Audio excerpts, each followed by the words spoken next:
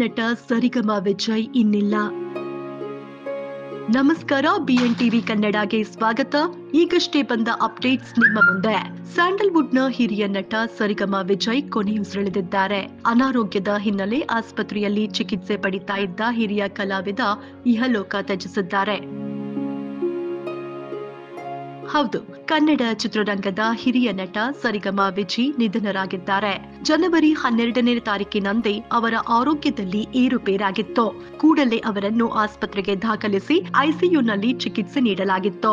ಕಳೆದ 4 ದಿನಗಳಿಂದ ಯಶವಂತಪುರದ ಬಳಿಯ ಮಣಿಪಾಲ್ ಆಸ್ಪತ್ರೆಯಲ್ಲಿ ಚಿಕಿತ್ಸೆ ಪಡಿತಾ ಇದ್ರು.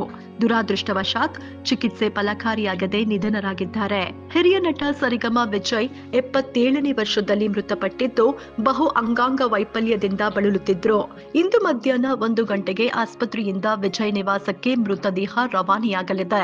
ಮಹಾಲಕ್ಷ್ಮೀಪುರಂನಲ್ಲಿರುವ ವಿಜಯ ನಿವಾಸಕ್ಕೆ ಮೃತದೇಹ ರವಾನೆಯಾಗಲಿದ್ದು, ಮಧ್ಯಾಹ್ನ 1 ಗಂಟೆಯಿಂದ ನಾಳೆ ಬೆಳಗ್ಗೆ 10 ಗಂಟೆಯವರೆಗೂ ಅಂತಿಮ ದರ್ಶನ ನಡೆಸಲಾಗುತ್ತೆ. ನಾಳೆ ಬೆಳಗ್ಗೆ 10 ಗಂಟೆಯ ನಂತರ ಚಾಮರಾಜಪೇಟೆ ಸ್ಮಶಾನದಲ್ಲಿ ಅಂತ್ಯಕ್ರಿಯೆ ನೆರವೇರಿಸಲಾಗುತ್ತೆ.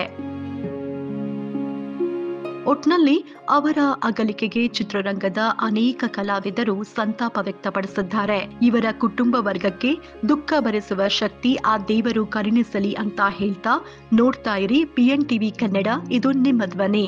ಲೈಕ್ ಮಾಡಿ, ಸಬ್ಸ್ಕ್ರೈಬ್ ಮಾಡಿ.